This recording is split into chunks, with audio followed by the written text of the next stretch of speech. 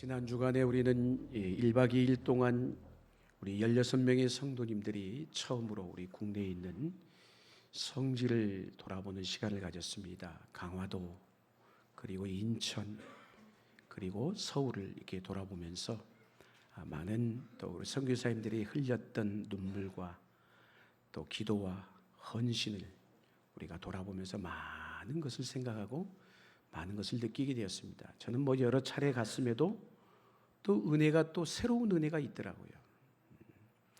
이 땅에 복음이 우리가 알고 있다시피 1885년 4월 5일 그날도 부활주일이었습니다.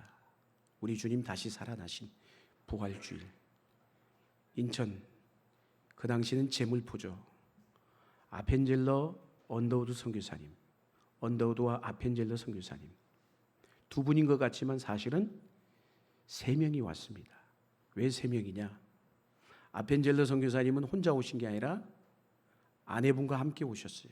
그리고 그 뱃속에 2개월 된 딸이 있었습니다. 그리고 언더우드 선교사님은 총각이었어요.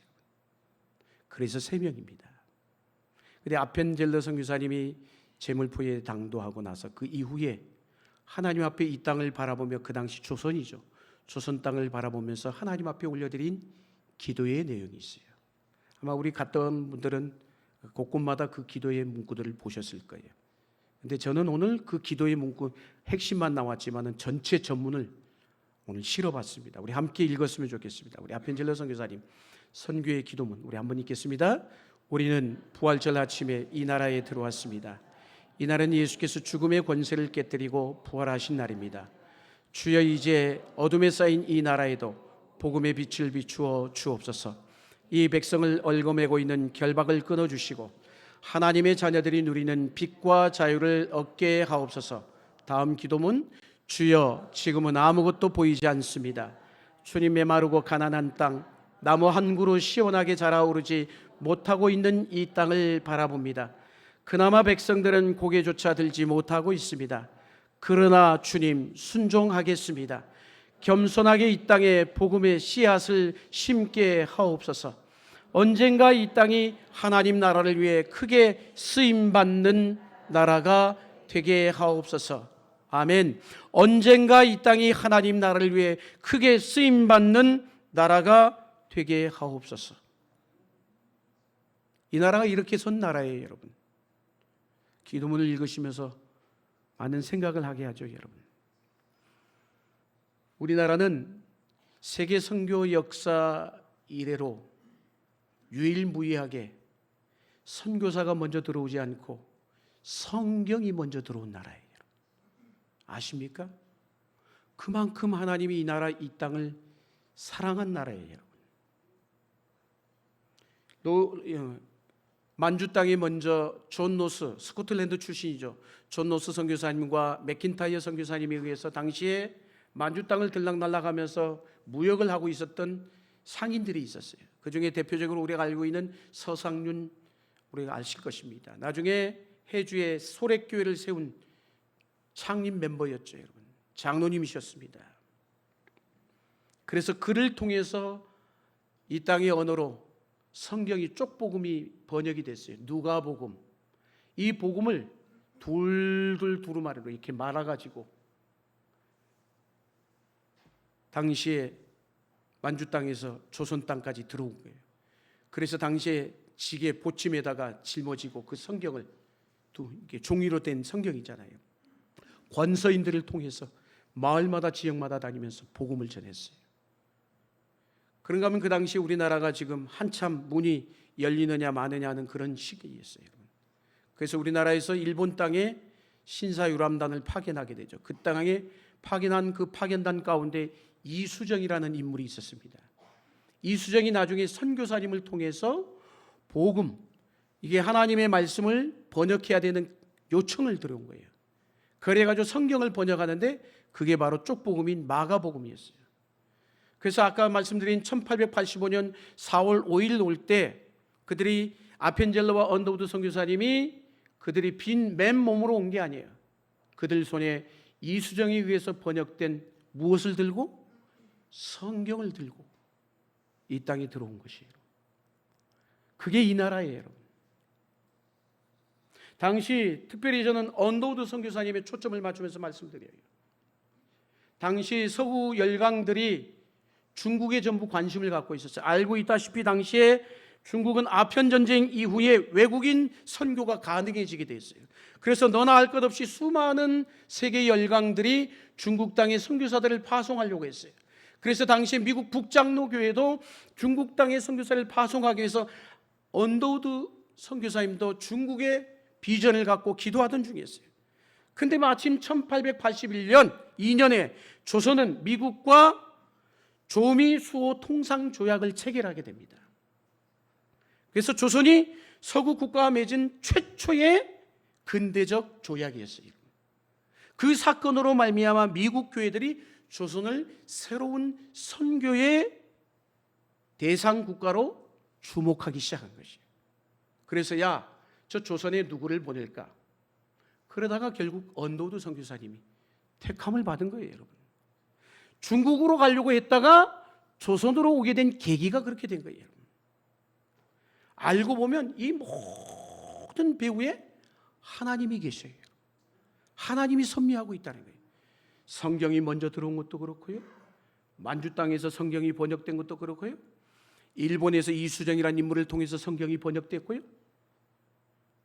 그래서 여러분, 양화진에 가면 마지막 코스에 가보면은 체험하는 코스가 있어요. 거기에 보면은 문구가 이렇게 돼 있어요. 우리가 잘 아는 요한복음 3장 16절, 하나님이 세상을 이처럼 사랑하사, 문구를 이렇게 바꿔놨어요. 어떻게? 하나님이 조선을 이처럼 사랑하사. 하나님이 조선을 이처럼 사랑하사. 이 글귀가 의미하는 바가 뭘까요? 앞에서 설명한 대로 성경이 먼저 들어왔어요. 그리고 수많은 선교사들이 그 뒤에서, 그 배후에서 하나님의 이 땅이 복음의 나라로, 하나님의 나라로 세워가시기 위한 하나님의 놀라운 손길, 섭리였다라는 것이에요. 저는 성지를 다녀오면서 오늘 본문을 선택하며 말씀을 준비하는데, 본문을 딱 정해놓고 묵상하고 있는데, 오늘 본문 가운데 조금 긴 말씀이잖아요. 중요하게 생각하는, 제 눈에 들어오는 딱 한 단어가 있었어요. 맞춰보세요. 맞춰보세요. 오늘 본문에 제 눈에 들어온 단어가 어떤 단어였을 것 같아요? 힌트를 안 주니까 모르는 거예요. 성경 본문이 딱 여기 화면에 있으면 더 쉬웠을 터인데, 저는 오늘 말씀에서 때라는 단어가 제 눈에 들어왔어요. 무슨 단어? 때. 오늘 본문 23절에 보면 말씀하죠. 23절 말씀 같이 읽습니다. 인자가 영광을 얻을 때가 왔도다. 오늘 우리가 읽은 본문의 23절만이 아니라 27절에도 이 때라는 단어가 몇 번 나와요? 27절에 2번 나와요. 27절 한번 읽어볼까요? 27절 말씀 시작. 아버지여, 나를 구원하여 이 때를 면하게 하여 주옵소서. 그러나 내가 이를 위하여 이 때에 왔나이다. 아멘. 영어 성경으로 보면 사실 우리가 읽은 본문 뒤에 있는 31절에도 이 세상에 대해서 말씀하면서 뭐라고 하느냐? 심판의 때가 이르렀도다 라고 얘기하고 있어요. 오늘 본문은 이처럼 때의 중요성을 우리에게 강력하게 말씀하고 있습니다. 그러면 여기서 말하고 있는 이 때는 어느 때를 말하는 것일까요? 구약 성경에도 우리가 읽다 보면 때에 대한 얘기가 나오죠. 특별히 우리가 잘 알고 있는 전도서 3장의 말씀, 우리 같이 한번 읽겠습니다. 시작.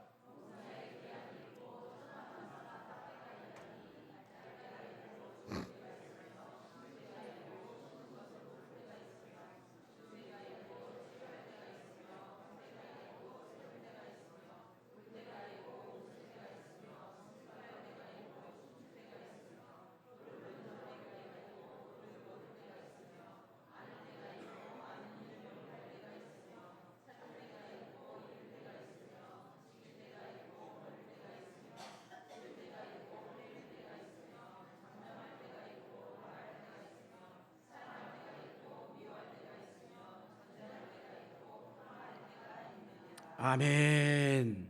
때에 대한 얘기가 나오죠, 여러분. 우리가 잘 알고 있는 말씀이에요, 여러분. 어쩌면 우리의 인생은 이처럼 때의 연속으로 이어져 있는지도 몰라요, 여러분. 자, 그러면은 오늘 본문에서 우리 주님이 말씀하고 있는 이 때는 과연 어느 때일까요? 어느 때인 것 같아요? 다른 때가 아니에요. 죽을 때인 것이에요. 누가? 주님이. 당신이 죽을 때를 얘기하고 있는 거예요. 인자가 죽을 때가 왔다라는 말이에요, 여러분. 영광의 때가라는 말은 죽을 때가 왔다는 말인 것이에요, 여러분. 자, 오늘 우리가 12장을 읽었습니다만 바로 그 앞장에 보면은 종려주일 이야기가 나와요. 예수님께서 알고 있다시피 나귀 새끼를 타시고 예루살렘 성에 입성하는 이야기가 기록이 되어 있습니다. 그리고 오늘 본문 이야기가 우리는 28절까지 읽었습니다만 사실은 뒤로 계속 이어지는 연결되는 말씀인 것이에요. 그러면서 쭉 지나서 13장 딱 1절을 가면 예수님께서 목요일 날 십자가에 돌아가시기 전날이죠, 여러분. 목요일 저녁에 제자들과 마지막 만찬을 하시면서 세족 제자들의 발을 씻어주는 장면의 이야기가 기록이 되어 있습니다, 여러분. 그날 밤, 그렇다면 사도 요한이 이 복음서를 기록하면서 자, 예루살렘 성에 주일날 입성했잖아요. 그러면 주일날부터 해서 주일날, 월요일, 화요일, 수요일, 목요일 저녁까지의 예수님의 마지막 한 주간 동안에 있었던 수많은 사건과 논쟁의 이야기를 기록해야 돼요, 말아야 돼요? 당연히 기록해야 되죠. 근데 그런 말씀은 1절 기록하고 있잖아요. 요한복음 오늘 말씀을 보면. 그런데 1절 그런 한 주간의 이야기를 기록하지 않고 오직 오늘 본문의 말씀만 딱 기록하고 있다는 것이에요. 물론 마태복음이나 마가복음이나 누가복음에는 그 한 주간의 일을 쭉 이야기하고 있지요, 여러분. 그래서 야, 요한의 입장에서 뭐 굳이 나까지 이 이야기를 해야 돼, 중복될까 봐 뭐 그럴 수도 있을 거예요. 그러나 적어도 요한은 오늘 우리에게 들려주는 하나의 미리 죽을 때라는 이 이야기가 예수님의 마지막 한 주간의 이야기 가운데 어떻게 느껴진 거예요? 가장 인상적이고 가장 중요하다고 여겨지고 생각했기 때문에 다른 건 다 제껴두고 오늘 이 본문의 말씀을 딱 이것만 기록하고 있는 거예요, 여러분. 하나의 미래에 관한 이야기는 다른 복음서에 나와요, 안 나와요? 안 나와요. 찾아보세요, 있느냐? 안 나온다니까요. 오직 요한만 기록하고 있는 말씀이에요, 여러분. 사실 요한은 요한복음 전체, 집에 가서 요한복음 21장까지 나와 있잖아요. 21장까지 나와 있는데 요한복음을 한번 읽어보세요. 요한복음 전체에 걸쳐서 제가 아까 딱 주목한 단어, 한 단어 뭐예요? 벌써 잊어버리셨어요? 때잖아요, 때. 이 때라는 단어를 매우 중요하게 다루고 있음을 보게 됩니다. 주님은 오늘 본문 이전에 언제나 뭐라고 얘기했나요? 오늘 12장 앞까지는 항상 이렇게 했어요. 내 때가 아직 이르지 아니하였도다. 내 때가 아직 이르지 아니했다라고 얘기를 하고 있어요. 여러분, 우리가 잘 알고 있는 예를 들면 요한복음 2장에 가보면 어떤 사건이 나와요? 가나의 혼인잔치의 사건이 나오죠. 그때 예수님이 참석했잖아요. 예수님이 참석했음에도 불구하고 혼인잔치에 어떤 일이 벌어졌어요? 포도주가 떨어지는 사건이 벌어졌어요, 여러분. 그랬을 때 마리아가, 어머니인 마리아가 그 문제를 가지고 예수님 앞에 왔을 때 예수님이 뭐라고 합니까? 요한복음 2장 4절에 이렇게 얘기합니다. 내 때가 아직 이르지 아니하였나이다. 즉, 내 때가 아직 안 됐다라고 얘기를 하고 있어요. 그리고 나중에 우리가 잘 알고 있는 갈릴리 지역에서 예수님이 어마어마한 수많은 기적들을 일으키셨잖아요. 상상할 수 없는. 그랬을 때 많은 사람들이, 심지어 제자들까지도 주님, 선생님, 이제 우리 예루살렘에 올라갑시다. 올라가서 지금까지 보여주신 선생님 이 많은 기적들을 그들 앞에 보여주면 그들이 어떻게 될 것 같습니까? 엄청난 환호성을 지르며 주님 앞에 수많은 사람들이 따를 것입니다. 그랬는데 요한복음 7장 8절에 보면 예수님이 이렇게 말씀했어요. 그 제안 앞에 예수님 말씀 같이 한번 읽겠습니다. 시작. 너희는 명절에 올라가라. 내 때가 아직 차지 못하였으니 나는 이 명절에 아직 올라가지 아니하노라. 아멘. 뭐라고 얘기하고 있어요? 아직도 뭐라는 거예요? 때가 되었다는 거예요? 안 되었다는 거예요? 안 됐다라고 얘기하고 있어요. 니들만 올라가라는 거예요. 그런데 이 말씀이 8절뿐만 아니라 바로 앞에 있는 7장 6절에서도 같이 말씀을 해요. 그리고 나서 나중에 예수님이 예루살렘에 올라가요? 안 올라가요? 올라가십니다. 그때 올라갔을 때 바리새인과 서기관들이 예수님을 붙들려고 했어요. 모든 스포트라이트가 예수님께 쏠리니까 안 되겠다 싶어서. 그런데 요한복음을 읽다 보면 뭐라고 했어요? 예수님을 붙들려고 했는데 붙잡았어요? 못 붙잡았어요? 붙잡지 못했어요. 그 이유를 뭐라고 설명하느냐? 사도 요한은 이렇게 했어요. 때가 아직 이르지 않았기 때문이라고 했어요. 때가 아직 이르지 않았기 때문에. 그게 8장 20절이에요. 자, 언제나 내 때는 아직 아니다라는 거예요.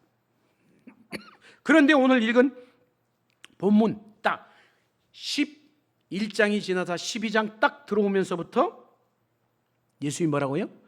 아직 내 때가 아니다라고 했는데 이제는 때가 이르렀다라고 얘기하고 있어요.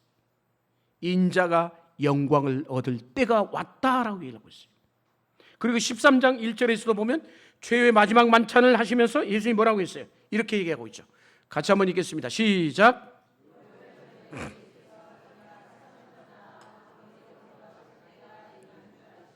야, 보세요. 딱 13장 1절에서 뭐라고요? 때가 이르렀다는 거예요? 이르지 않았다는 거예요?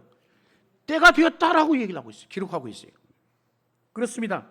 뭘까? 이제는 내가 하나님께로 돌아갈 때가, 그리고 제자들을 위해서 마지막 우리가 알고 있는 겟세마네 동산에서 중보 기도하시는 장면 17장이 예수님의 대제사장적 중보 기도의 말씀이 한 장에 쭉 걸쳐 있잖아요. 그 17장 1절에 보면 이렇게 얘기하고 있어요. 한번 읽겠습니다. 시작. 아버지여 때가 이르렀사오니 아들을 영화롭게 하사 아들로 아버지를 영화롭게 하게 하옵소서. 자, 저기도 뭐라고 했어요? 때가 이르렀다라고 얘기하고 있어요. 자, 이전에는 때가 아직 이르지 않았다라고 말했던 주님께서 오늘 12장부터 쭉 이제는 뭐라고 했어요? 내 때가 되었다라고 얘기하고 있어요. 자, 여기 때가 되었다는 건 어떤 때를 얘기하는 거예요? 무슨 때라고 아까 얘기했어요, 제가? 죽을 때라는 거예요, 여러분.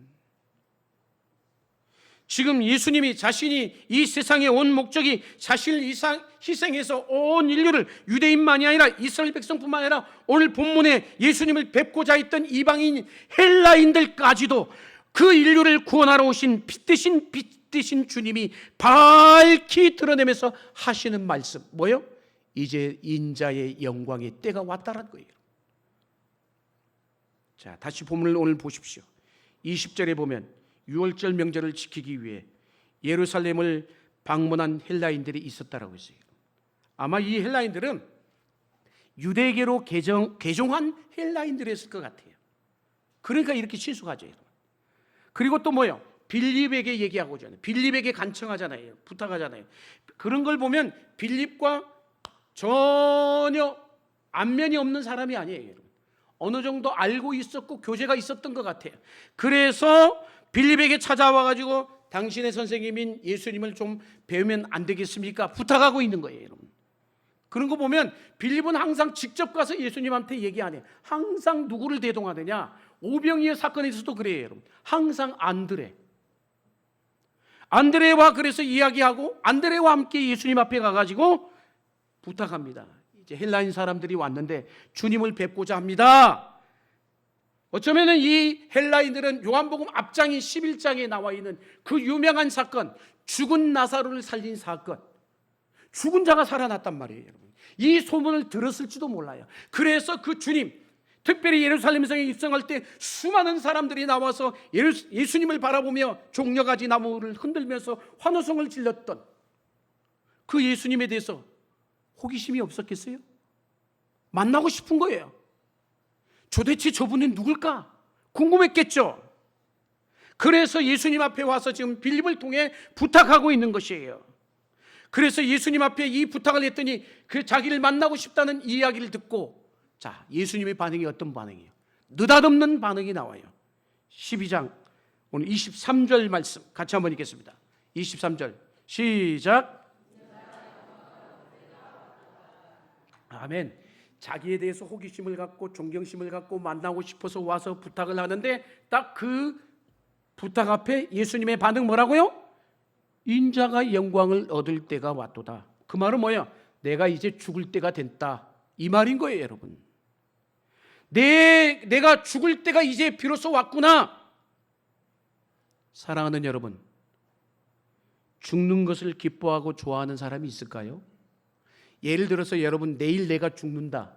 이야, 나가 내일 죽는데, 이런 사람이 있어요? 정신 나간 사람이지. 그렇지 않겠습니까? 그런데 오늘 주님은 그런 우리의 반응하고는 전혀 다른 반응이에요. 인자가 이제 영광에 이를 때가 왔도다. 죽을 때가 왔도다. 좋아하셔요? 안 좋아하시는 거예요? 좋아하는 얘기예요, 이 말은.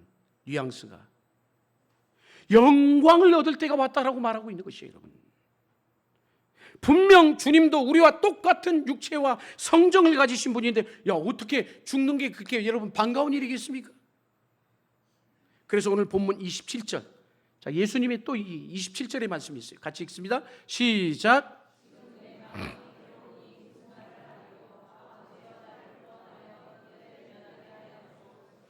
저 말이 당연하잖아요. 당연해. 저 반응이 당연하잖아요. 괴로운 거죠. 괴로운 거예요. 무슨 말을 하겠습니까? 아버지, 제발 나를 좀 건져주셔서 이 때가 지나가게 해달라고 기도하는 게 마땅한 거예요. 당연한 거예요. 십자가의 죽음이라는 이 때를 하나님, 아버지, 면할 수 없을까요? 지나갈 수 없을까요? 여기까지는 우리와 똑같아요. 그런데 그 다음 부분이 중요해요. 그 뒤에 이어지는 주님의 말씀 뭐라고 있어요? 그러나, 따라합시다. 그러나, 이게 중요해요, 여러분. 그러나의 신앙이에요. 그러나 내가 이를 위하여 이때에 왔나이다. 할렐루야. 그러나 내가 이를 위하여 이때에 왔나이다 라고 했어요. 이 그러나라는 위대한 역접 접속사, 이것이 바로 우리 주님의 자기 부인인 것이에요. 자기 부인. 말하자면 이런 고백인 거죠. 어떤 고백이에요? 아버지, 나는 죽는 게 두렵습니다. 죽는 것 별로 좋아하지 않습니다. 그러나라고 있어요. 두렵지만은, 좋아하지 않지만, 그러나 내가 이 세상에 이 육신을 입고 온 것은 바로 십자가를 지고 죽음으로 아버지를 영화롭게 하고 이 세상의 사람들을 구원하기 위해서 온 것이니 내가 기꺼이 죽음으로 아버지를 영화롭게 하겠습니다. 할렐루야. 자기 부인의 고백의 기도인 것이에요. 어떻게 보면 주님은 십자가에서 죽기 위해 이 땅에 오신 분이에요, 여러분. 이제 마침내 죽을 때가 무르익은 거예요. 무르익었으니 한편으로는 감격스러운 것도 사실이겠지요. 그래서 인자가 영광을 얻을 때가 왔도다라고 말한 것일지도 모르겠습니다. 사랑하는 여러분, 저와 여러분에게도 이 그러나의 반전이 필요하지 않을까요? 우리에게도 세상의 시류를 따라 넓은 길, 편한 길 가고 싶은 마음이 왜 없겠어요? 다 있어요, 여러분. 그러나 주님을 위해서라면 세상을 거슬러 좁은 길, 험한 길로 갈 수 있도록 인도하여 주옵소서라는 이 그러나의 기도가 이 시대에 우리에게 필요하지 않을까요? 정욕, 자리, 명예, 물질에 대한 욕심이 앞서지요. 우리가 왜 안 앞서요, 여러분? 당연히 그것이 눈에 보이지요, 여러분.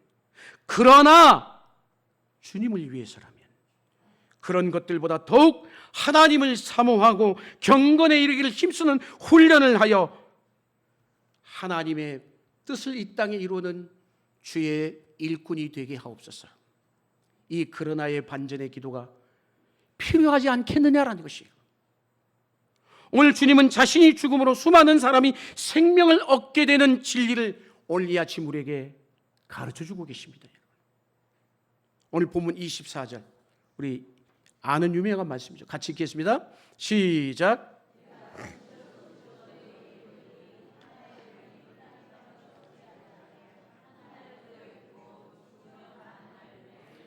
아멘. 여러분, 우리가 성경을 읽다 보면 중요한 곳에서 주님이 이 중요한 말씀을 할 때마다 어떻게 하느냐, 항상 내가 진실로 진실로 너에게 이르노니. 진실로 한 번을 사용하지 않아요. 몇 번? 두 번을 반복해서 사용하고 있음을 봅니다. 왜 그랬을까? 한 번만 진실로 하면 제자들이, 사람들이 잘 알아듣지 못할까 봐 그랬는지도 몰라요. 그래서 주님께서 강조하기 위해서 진실로 진실로 하지 않았을까? 그래서 제가 궁금해가지고 요한복음을 이 진실로 진실로가 몇 번이나 나왔을까? 몇 번 나왔을 것 같아요? 모르죠. 우리가 안 찾아봤으니까. 25번 나왔어요. 25. 요한복음이 20 몇 장까지 있다고요? 1장. 그러면 적어도 한 장에 한 번씩은 나왔다는 얘기인 거예요, 여러분. 우리가 그만큼 주의 말씀을 말귀를 못 알아들을 때가 많아요. 제가 여기서 강단에서 아무리 선포해도 말짱 도루묵일 때가 많아요. 역시 여러분, 혹시나 성경을 읽다가 복음서를 읽다가 오늘 주님께서 말씀하신 것처럼 내가 진실로 진실로만 하면 그 뒤에 말씀을 쭉 밑줄을 그으셔야 돼. 왜? 그만큼 중요한 말씀이기 때문에. 주님은 참으로 땅에 떨어져 죽은 하나의 미랄이었습니다. 자신이 죽음으로 수많은 사람이 구원을 받고 살아날 것을 오늘 본문을 통해서 우리에게 미리 말씀하고 있는 거예요. 로마의 권력자들과 유대의 종교 지도자들은 어찌하면 저 예수 한 사람, 저 사람만 죽으면 우리가 이 세상은 조용할 거야. 그래서 예수를 죽이고 잡으려고 했어요, 여러분. 저 인간은 그냥 한 번 지나가는 소나기와 같은 존재야. 금방 끝날 거야. 저 사람이 죽으면 조용해질 거라고 생각했어요. 그런데 어떻게 됐어요? 조용해졌어요? 우죽순이라는 말 알죠? 우죽순. 우죽순이라는 말처럼 정말 비가 온 뒤에 죽순이 그냥 막 사방에서 땅을 뚫고 올라오는 것처럼 예수님이 십자가에서 죽자 수많은 예수장이들이 살아나서 온 세상을 뒤엎을 줄 누가 상상이나 했겠습니까? 살아나는 것이 기독교의 본질이에요, 여러분. 죽은 것 같지만은 죽어야 사는 비밀이 고난과 부활의 사건인 것입니다, 여러분. 이 세상의 본질은 어때요? 이 세상의 원리는 어때요? 항상 너 죽고 나 살자잖아요. 너 죽고 나 살자잖아요. 그러나 기독교의 본질은 아니야. 따라합시다. 나 죽고 너 살자. 나 죽고 너 살자. 이게 기독교의 원리예요. 그러면 나 죽을 것 같죠? 아니요. 그렇게 해야 나도 살고 너도 사는 거예요. 그렇게 해야 나도 살고 너도 사는 거예요. 할렐루야! 사랑하는 성도 여러분, 자신이 기꺼이 죽는 하나의 밀이 되고자 했던 주님은 결국 마침내 온 세상을 구원했고 오늘 저와 여러분의 마음속에 오늘도 살아 계시는 것 아니겠어요? 저와 여러분이 어떤 사람이었습니까? 다른 사람이 어쩌면 죽어주기를 원했던 인생을 지금까지 살아오지는 않았는지요? 그래야 내가 살 것 같이. 아내가 먼저 꼬리를 내리고 죽어주기를 명령하던 남편은 아니었는지요? 아내가 먼저 죽기를 요구했던 남편은 아니었는지요? 남편들이 죽어주기를 원했던 아내들은 아니었는지요? 자식들이 자신의 뜻에 따라 죽어주기를 강요하는 부모는 아니었습니까? 부모가 먼저 죽어주기를 고대했던 어리석은 자녀들은 아니었는지요? 목사가 당연히 죽어야 된다고 생각했던 성도는 아니었는지요? 아니면 양은 아무 소리 말고 조용히 죽어 지내야 된다고 생각했던 목사는 아니었는지, 이 목사는 아니었는지 생각해 봅니다. 양화진에 가면요, 한 가지 발견하는 게 있어요. 거기에 가보면 이렇게 지나다 보면 아주 자그마한 묘비들이 쭉 질비하게 줄을 서 있습니다. 그 모습을 보는데, 그런데 그 묘비의 특징 가운데 하나가 있는데 뭐냐면 어떤 묘비들을 보면 이름이 있는데 어떤 묘비들은 이름이 없어요. 그래서 영어로 인판트라고 써놨어요. 그게 뭐냐면 유아라는 거예요. 아이라는 거예요. 아이. 심지어 그들 가운데 어떤 아이가 있냐면 태어난 지 다음 날 죽은 아이들도 있어요. 이 모두 다 근데 누구냐? 선교사들의 자녀예요. 그들은 이 땅을 위해서, 복음을 위해서, 이 땅을 살려내기 위해서 전부를 드린 사람들이에요. 자녀와 손자들까지도. 그래서 언더우드 선교사님 같은 경우에는 언더우드 선교사님부터 시작해서 아들과 그의 손자들까지 7명의 그 후손들이 거기에 안장이 되어 있습니다. 아펜젤러 선교사님 같은 경우에는 시신이 없어요. 본인의 기념비만 서 있어요. 왜 그러느냐? 당시에 성경을 번역해야 백성들에게 복음을 전할 거 아니에요. 뭐 영어로 할 수 있는 게 아니잖아요. 그래서 성경 번역 사업을 위해서 목포로 배를 타고 가다가 저 서천 인근이라고 해요. 거기에서 안개가 너무 짙은 나머지 상대방에서 오는 배와 부딪혀가지고 파손이 됐는데 얘기해 가면 한 여학생이 떨어져 이게 아우성 치고 있으니까 그 여학생을 건져내기 위해서 뛰어들었다가 본인도 살아나지 못한 거예요. 지금까지도 시체를 찾지 못해서 그분의 기념비만 거기에 딱 서 있어요. 여러분. 그들은 이 땅을, 그 당시 조선을 한결같이 사랑했습니다. 오직 이 땅의 복음화를 위해 자신과 자신의 자녀들과 이 땅의 손주들까지도 헌신한 자들이에요. 한 알의 밀이 된 것이죠. 교육사업과 의료사업으로 이 땅의 근대화의 문을 연 사람들이에요. 다가오는 6월 25일이 이 땅에 한국전쟁이 발발한 지 76주년이 됩니다. 그 당시에 유엔에서 파병하겠다는 결정을 안 했더라면 이 나라가 어떻게 되었을까요? 그리고 6.25의 이 폐허더미 위에 이 나라가 이만큼 됐어요. 여러분. 그 근간은 조선 초기만이 아니라 6.25 이후에도 수많은 선교사들이 끊임없이 왔어요. 여러분. 언더우드 선교사가 선교사를 딱 종료한 것은 얼마 안 돼요. 이 땅에서 이제 물러난 지 얼마 안 돼요, 여러분. 그들의 희생과 헌실, 그들의 밀이 되었기 때문인 것이에요, 여러분.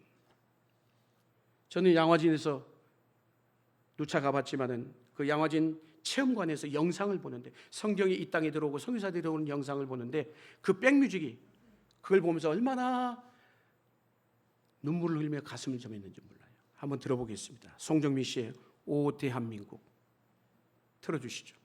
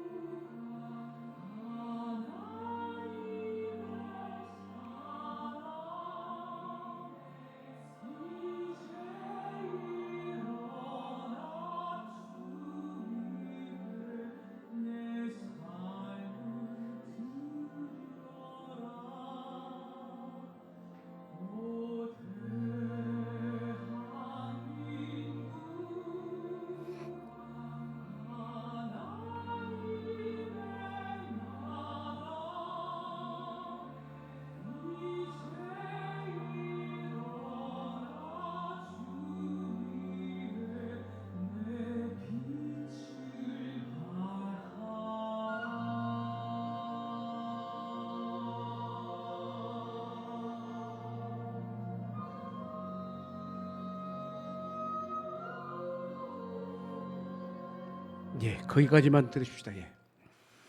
오 대한민국 가사가 잘못됐어요. 하나님의 사람입니다. 하나님의 사람. 이제 일어나 내 삶을 드려라. 오 대한민국. 하나님의 나라. 이제 일어나 주 위에 내 빛을 발하라. 말씀하고 있습니다. 오늘 그리스도인들은 당장의 이익보다 영혼을 지향하는 사람들입니다. 우리 그리스도인들은 사람의 평가에 민감하기보다는 하나님의 평가를 두려워하는 자들이 되어야 됩니다.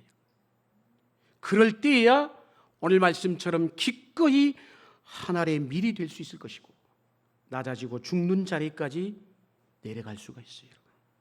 여러분, 그래서 사도 바울이 빌립보서 2장에 보면 예수님에 대해서 뭐라고 말씀하고 있습니까? 이렇게 얘기했죠. 그는 근본 하나님의 본체시나 하나님과 동등됨을 취할 것으로 여기지 아니하시고 죽기까지, 자기를 비우고 낮추어 죽기까지 복종하셨다라고 했어요. 그랬을 때 하나님이 땅에 있는 자들과 하늘에 있는 자들과 땅 아래 있는 자들 모든 무릎을 예수의 이름 앞에 무릎을 꿇게 하셨다라고 말씀하고 있습니다. 여러분, 우리가 하나님의 밀로 죽을 때 하나님은 우리를 통해 수많은 열매를 맺으실 것입니다. 우리가 죽지 않으면요 절대로 살아나는 역사는 없어요. 우리가 죽어야 돼요. 내가 죽어야 돼요. 그래야 새로운 생명들이 태어나는 거예요. 선교사님들이 보여준 유산인 것입니다. 뿐만 아니라 우리를 그래야 하나님이 높여주시는 것이에요. 우리는 거꾸로 해요. 항상 이상하게. 내가 낮아지고 내가 섬기고 내가 죽어서 나의 가족이, 우리 교회가, 이 사회가 세상에 살아날 수 있다면 기꺼이 하나님의 밀이 되기를 소원하는 예수님의 제자들이 될 수 있기를 축복합니다. 하지만 이게 결코 쉬운 일이 아니죠, 여러분. 오늘 우리가 읽은 본문에 보니까 24절에 뭐라고 얘기합니까? 24절 뭐라고 얘기합니까? 이렇게 말씀합니다. 하나의 밀알처럼 죽어야 된다라고. 그리고 25절에는 자기의 생명까지 뭐 해야 된다? 미워해야 된다라고 했어요. 그리고 26절에는 끝까지 주님을 따르며 섬겨야 된다라고 얘기하고 있어요. 예수의 제자가 되는 일, 여러분 쉽지 않은 일, 그냥 저냥 되는 일이 아니라는 거예요. 우리의 전심을 드려야 할 길이라는 것이에요. 그럼에도 불구하고 나를 주님 담은 하나의 밀알이 되게 하소서라는 기도가 저와 여러분의 진심 어린 기도가 되어야 될 줄 믿습니다. 어떤 사람이 인생을 모래시계에 비유했더라고요. 모래시계 아시죠, 여러분? 일리 있는 비유라고 저는 생각해요. 우리 모두에게는 하나님이 주신 모래의 분량들이 있어요. 저마다에 모래의 분량이 있다는 거예요. 여러분, 시간이 갈수록 이 모래가 가만히 있지 않잖아요. 여러분, 모래시계는 자꾸 아래로 내려가죠. 빠지죠. 여러분, 줄어들죠. 어떤 분은요 이미 많이 내려간 자도 있을 것이에요. 그래도 아직 위에 많이, 또 어떤 분은 남아있는 자도 있겠죠. 여러분, 하나님이 정하신 그 모래의 분량 어느 누구도 알 수 없어요. 여러분, 내려간 것은 이미 내려간 거 어떻게 하겠어요? 어쩔 수 없죠. 그러나 아직 남아있는 모래가 저와 여러분에게 남아있다라면, 오늘 저와 여러분에게 호흡이 있을 때, 우리에게 생명이 있을 때, 오늘 요한복음 12장 36절에 있는 말씀처럼 뭐라고 얘기하고 있어요? 너희에게 아직 빛이 있을 동안에 빛을 믿어라. 그리하면 빛의 아들이 되리라고 말씀했어요. 오늘 저와 여러분에게 남아있는 이 호흡과 생명이 있다면, 이 남은 생명 가지고 있는 동안 어두운 세상을 밝히는 하나의 등불로 빛으로 새로운 생명을 창조하는 하나의 밀알로 치열하게 하루하루를 살아가는 저와 여러분이 되어줄 수 있기를 주의 이름으로 간절히 축원합니다. 기도하시겠습니다.